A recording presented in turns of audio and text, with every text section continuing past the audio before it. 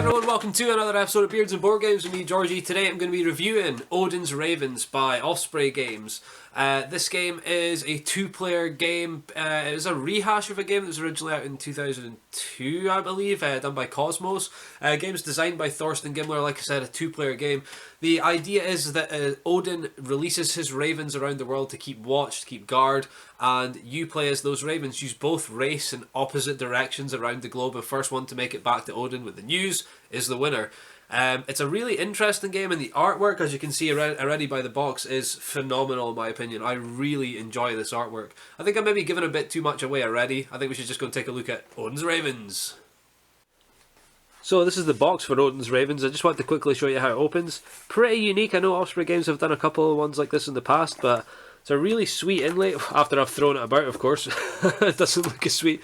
It's a really sweet inlay. It holds everything. Here's all the land cards, earth cards here that you lay out. And there's the player decks. So you've got like the red player, or would it be like the sort of natural wooden player, or the painted varnished black wood Raven player. Really interesting meeples, I think, as well. But it's a really interesting box layout, so I just wanted to show you guys that too. Okay, when setting up Odin's Ravens, you take all these double-sided land cards, you shuffle them, make sure they're thoroughly shuffled, and then you have to lay 16 out in a row, like this. If any of them are duplicates, for example, if that happens and there's two in the same, you flip it over and put it that way. If that doesn't work and there's still a duplicate, you take that card, put it on the bottom of the deck, and draw some more. Once you've got 16 out, that is your Earth, or your race, for that round. Okay, stick the Ravens at the start, not actually on the first card, but just at the start of where Odin's going to be releasing them onto the Earth, so that's them currently being released. And like I said, there's 16 cards along, so it does go quite a little while before I can actually, before I can get it all in frame, so I am just going to have a little bit of the starting frame there, but that's an idea of how long it gets once you get the 16 cards down there. Now let me show you what you do with your player decks. Okay, with the player decks you have Loki deck and Flight deck. Loki deck consists of a load of Loki cards, which is basically like tricks that you can play on other people. You can either move your guy forward, move your guy back. I'll go through those in a little minute. The main thing in the game though is your Flight deck, and you'll notice that all the cards that you have here are in fact matching the symbols that goes along the race or the Earth track. So each player has, I think, 22 or 24 cards in their deck. Everyone has the same decks, so you and the opposing player both have exactly the same cards in here and exactly the same cards in here. And you play these cards to move, but I'll show you that in a little bit. Let me just have a look at the Loki cards. Okay, with the Loki cards, they each can do one of two possible things. There's 8 cards in the deck, but there's a duplicate of each, so there's only 4 cards in total of Loki cards. 4 different cards of the Loki cards. This one, if you play it, you can either draw a couple of cards, or you can lay a card horizontally like that out of the land deck to make it even harder for your opponent, or you on your way back, to get round this location. So as you can see, the line shows and it goes up like here. I'll show you that in a second as well. This one, you can either move your Raven a forward one, or your opponent back one.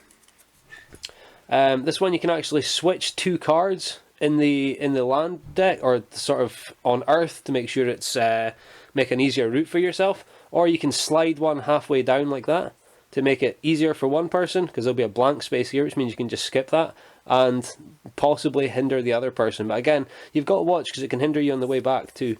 This one means you can rotate a card 180 degrees. This one means you can remove one completely, and then we're back to the start.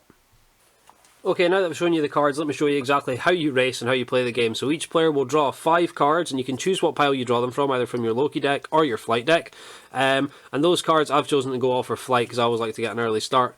Well, like I said, match the symbols that's actually on the racetrack. Now, one player needs to get all the way along, back, all the way along and round, and then back, and get to here. The other player has to do vice versa, so you're racing in opposite directions, which makes it kind of cool when you're using those Loki cards to change stuff, because even though you can make the flight path easier for you, in turn that makes it easier for the other player on their way back as well. So let's see what I can do to start with. You can play as many cards as you want on a turn. You can see my hand here. So I would play the purple card first to move on to that purple location. The wheat fields, move there too. I also have a red, that's good.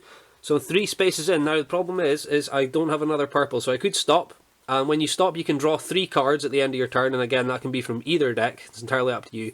Or you can play 2 cards of the same to move on to any space. So I would, in this instance, play these 2 and move on to that purple. That gives me a pretty good start. I'm 4 spaces in already. That's cool. So guys, what do I think of Odin's Ravens overall? Really, really enjoy this game. 2-player game only, but as far as 2-player games goes, it is creeping up there into my top 2-player games. Really enjoying it. Me and my wife have played it a ton of times. I've played it a ton of times with a couple of friends now. I've never heard a bad word about it yet. It has just the right time for what I believe that game should have. I don't think it goes on too long. At times even I think, oh man, I really want to keep going, and then you can just play it again because it's so quick. I mean, what's the timeline now? I don't even think I said, sorry. I believe it's like, okay, 20 to 30 minutes. That's probably being quite over generous, I guess. I don't know what the right term would be to put that, but it's certainly like I've seen games go a lot quicker than that, and the more you get used to it, the quicker they become. The low-key cards are really fun, like whether you're going to screw people over, whether you're going to help yourself or hinder your opponent. There's just so much fun things about it, and the artwork, like I said, is phenomenal. Really, really enjoy this game, and that's Odin's Ravens, the 2-player game by Osprey Games, designed by Thorsten Gimmler. Other than that, guys, hope you're continuing to enjoy my videos. Don't forget to like, comment, and subscribe, and you can find me on Twitter at Beards and Boards. Other than that, I hope everyone's having an awesome week, or a couple of weeks since I did a review, and I hope to see as many of you as possible at the UK Games Expo, so anyone that's there, I will be there. Just come up, say hello, say hi. We want to get as much games with people as possible. I'm really looking forward to it and hoping to have a great time. Other than that, catch you guys later. This episode was sponsored by GamesLore, the UK's largest specialist games retailer, which can be found at gameslore.com.